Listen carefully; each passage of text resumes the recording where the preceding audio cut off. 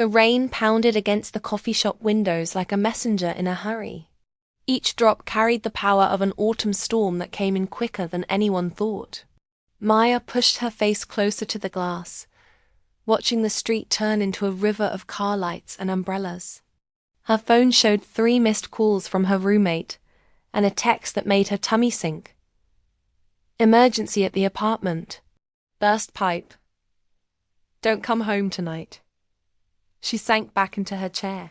The cozy warmth of the coffee shop suddenly didn't feel strong enough against the wild mess outside. Her laptop screen glowed with the last parts of an article she'd been trying hard to finish for weeks. Something about finding hope in surprise spots. The funny part wasn't lost on her. Maya, the voice, made her look up from her screen. And there he was, Daniel Chum, standing by her table with raindrops still stuck to his dark hair. His eyes had that same gentle, strong look that had stuck in her thoughts for months. He looked different, somehow more sure of himself. But there was something open and easy to hurt in the way he stood. Daniel. His name came out of her mouth, like a breath she'd been holding in. What are you doing here? He pointed toward the counter. Same thing as you. I guess hiding from the storm. He paused, his eyes flicking to her laptop, then back to her face. Mind if I sit? Just until the rain slows down.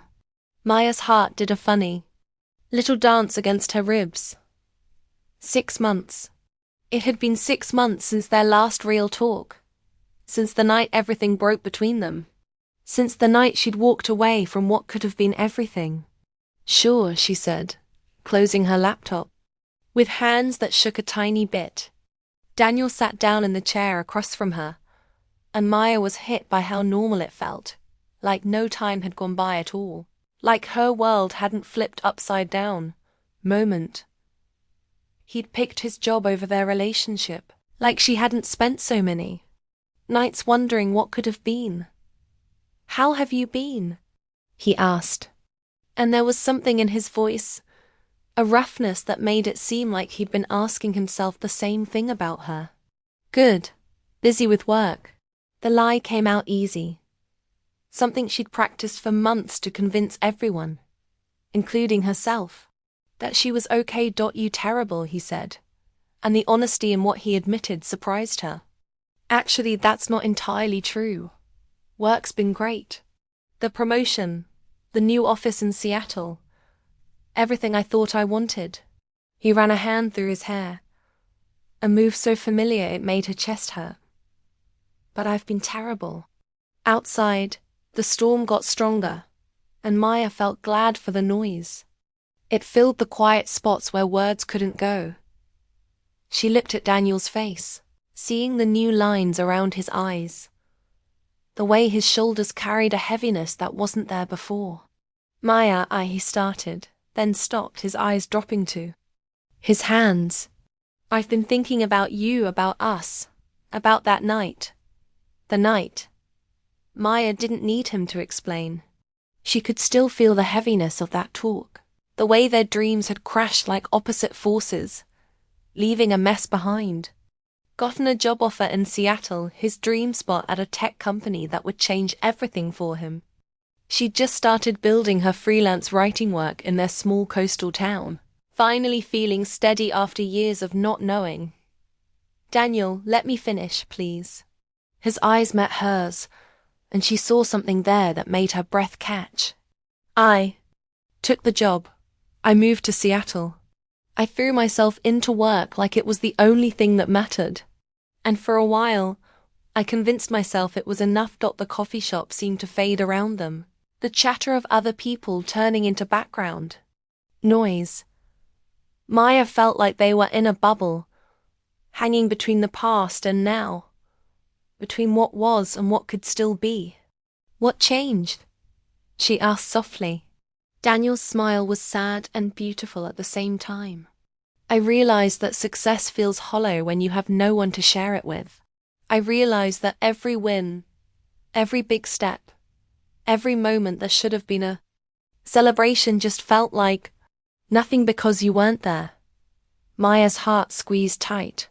She'd built walls around herself over the past 6 months, carefully made barriers to keep out exactly this kind of hope. Daniel's words were like water, finding cracks in a stone, slipping through even though she tried hard to stop it. "You made your choice," she said, though the words didn't have the strong feeling she meant them to. "I made the wrong choice." His voice was barely above a whisper, but it carried the weight of months of being sorry. Maya, I came back. Not just for tonight, I mean permanently. I turned down the promotion. I'm moving back. The world seemed to stop turning. Maya stared at him, looking for any sign that this was some mean joke, some mix-up.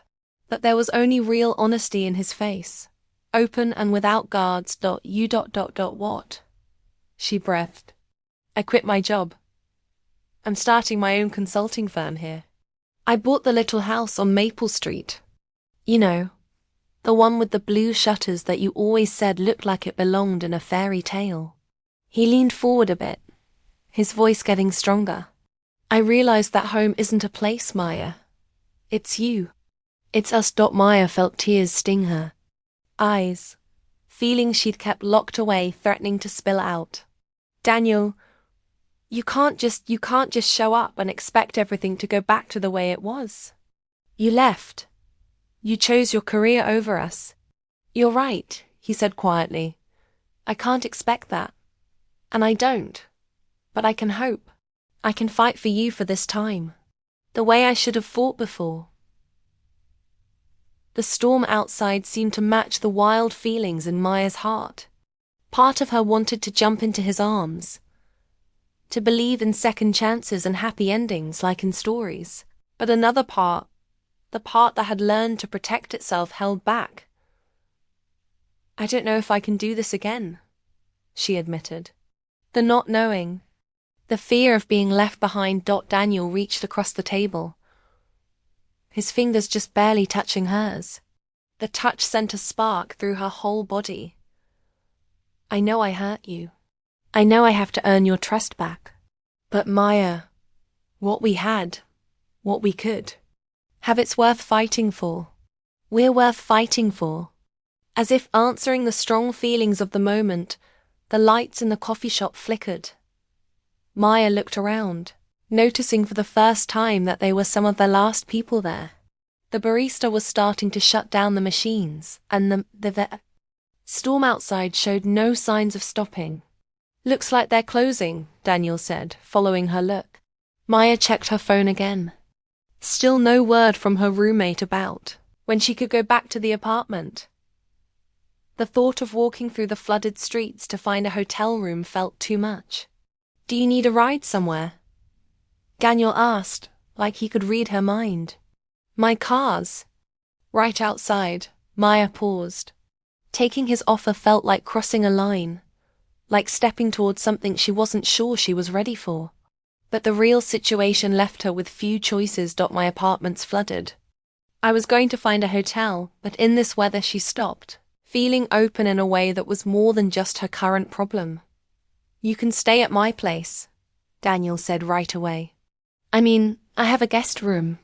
No pressure, no expectations, just somewhere dry and safe to wait out the storm." The offer hung between them, full of chances and risks in equal parts. Maya looked into his eyes and saw only real care. No sign of tricks or hidden reasons. Still, the idea of being alone with him, of being in his space, made her pulse go fast. "Okay," she said finally. "Just until the storm passes." They gathered their things quickly as the coffee shop staff got ready to close. Daniel held the door for her, and they stepped out into the wild storm together. The rain was coming down in big sheets now, and Maya gasped as the cold drops hit her skin. Daniel's car was parked just a few spots away, but by the time they got to it, they were both soaked all the way through. He quickly unlocked the doors, and they jumped inside, breathing hard from their run through the downpour. The inside of his car smelled like leather and the subtle cologne she remembered so well. Maya found herself super aware of everything: the way Daniel's wet shirt stuck to his shoulders, the sound of their breathing in the closed space, the way the storm seemed to wrap them in their own private world. Daniel started the engine, and the car filled with warm air. But as he reached for the gear shift, he paused, his hand hanging in the space between them. Maya looked at him with a question in her eyes.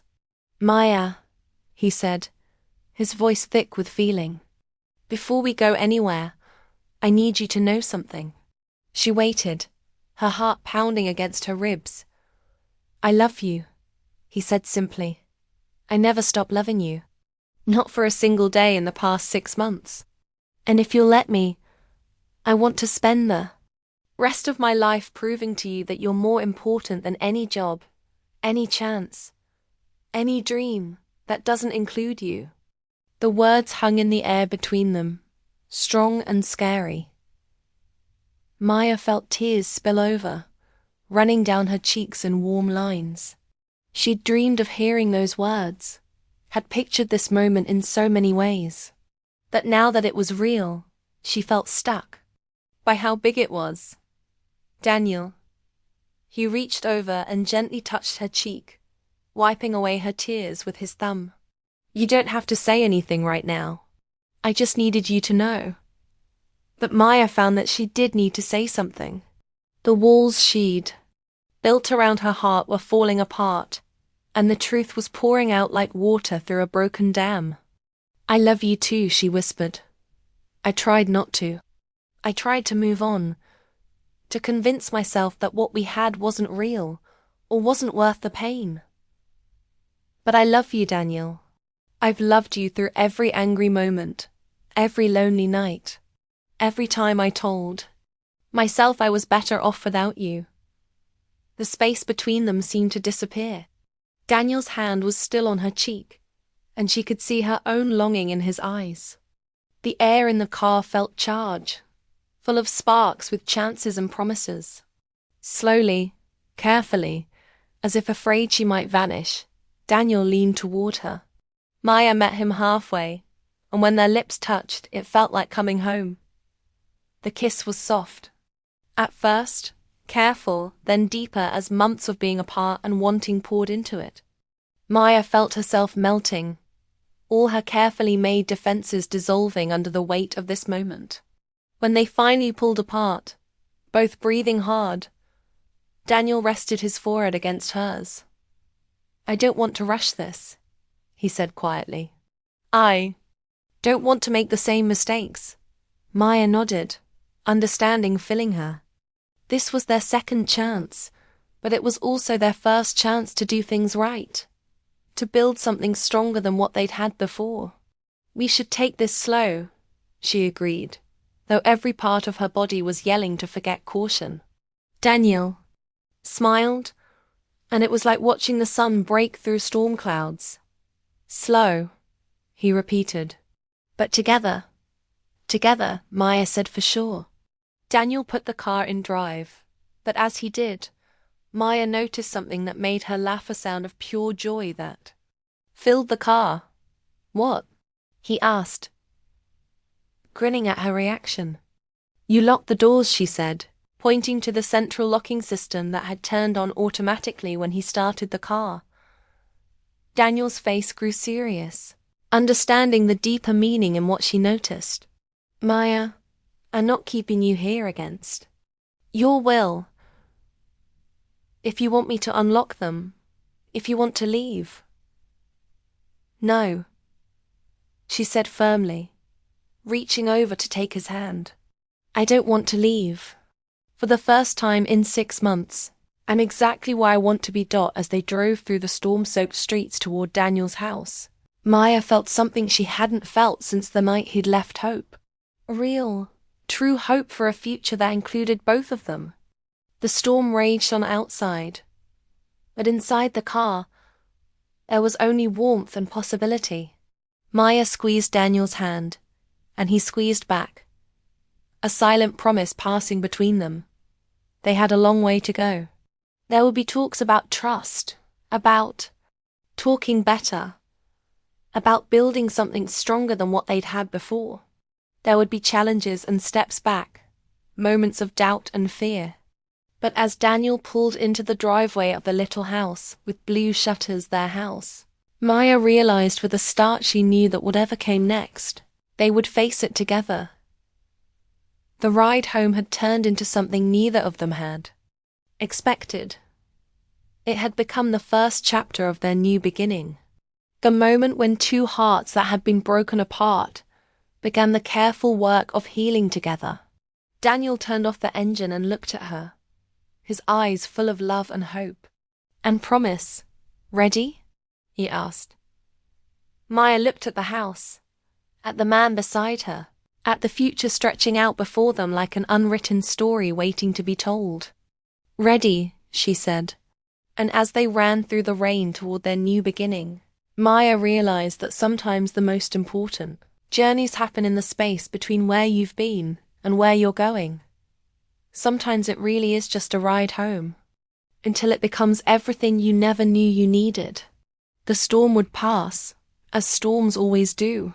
But what they'd found in each other, what they'd chosen to build together, would weather any tempest. Inside the house with blue shutters, with rain still pattering against the windows and the warmth of making up surrounding them like a hug, Maya and Daniel began the beautiful, tricky work of learning to love each other again. And this time, they were determined to get it right.